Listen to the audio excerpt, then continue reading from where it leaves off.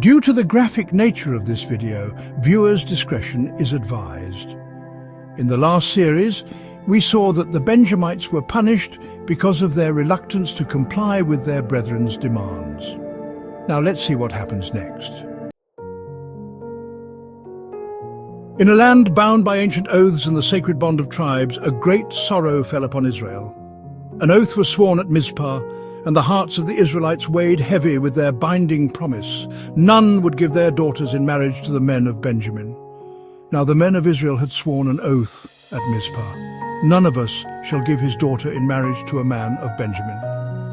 So the people came to Bethel and sat there before God until evening, and lifted up their voices and wept bitterly. They said, "O Lord, God of Israel, why has this come about in Israel, that there should be today one tribe missing from Israel?" And the next day the people got up early and built an altar there, and offered burnt offerings and peace offerings. Then the sons of Israel said, "Which one from all the tribes of Israel did not come up in the assembly to the Lord?" For they had taken a great oath concerning him who did not come up to the Lord at Mizpah, saying, "He shall certainly be put to death."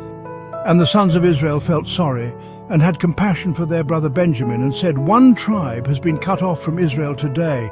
What shall we do for wives for those who are left, since we have sworn an oath by the Lord that we will not give them any of our daughters as wives?" Provision for their survival.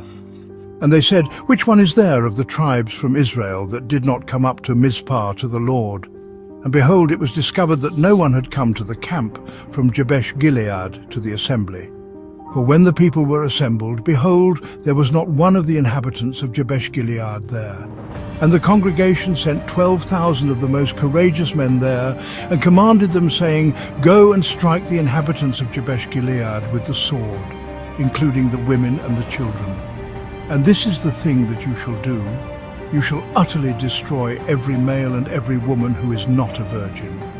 And they found among the inhabitants of Jabesh-Gilead 400 young virgins who had not known a man intimately. And they brought them to the camp at Shiloh, which is in the land of Canaan. Then the whole congregation sent word to the surviving sons of Benjamin who were at the rock of Rimmon, and proclaimed peace to them. So the survivors of Benjamin returned at that time, and they gave them the women whom they had kept alive from the women of Jabesh-Gilead. But there were not enough to provide wives for them, and the people were sorry and had compassion for the survivors of the tribe of Benjamin, because the Lord had made a gap in the tribes of Israel. Then the elders of the congregation said, "What shall we do for wives for those men who are left, since the women of Benjamin have been destroyed?" They said, "There must be an inheritance for the survivors of Benjamin, so that a tribe will not be wiped out from Israel. But we cannot give them wives from our daughters." For the sons of Israel had sworn an oath, "Cursed is he who gives a wife to a man from the tribe of Benjamin." So they said, "Listen, there is the yearly feast of the Lord at Shiloh, which is on the north side of Bethel, on the east side of the highway that goes up from Bethel to Shechem, and on the south side of Lebonah." So they instructed the sons of Benjamin, saying, "Go, set an ambush in the vineyards and watch. If the daughters of Shiloh come out to dance in the dances, then you shall come out of the vineyards, and each of you shall catch his wife from the daughters of Shiloh, and go to the land of the tribe of Benjamin.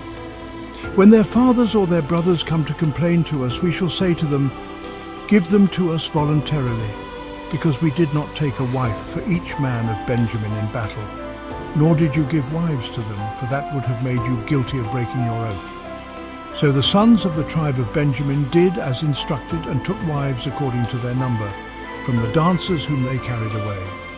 Then they went and returned to their inheritance, and rebuilt the towns and lived in them. The sons of Israel departed from there at that time, each man to his tribe and family, and each man went from there to his inheritance. In those days when the judges governed, there was no king in Israel. Every man did what was right in his own eyes. If you desire more content like this, please like, share and subscribe.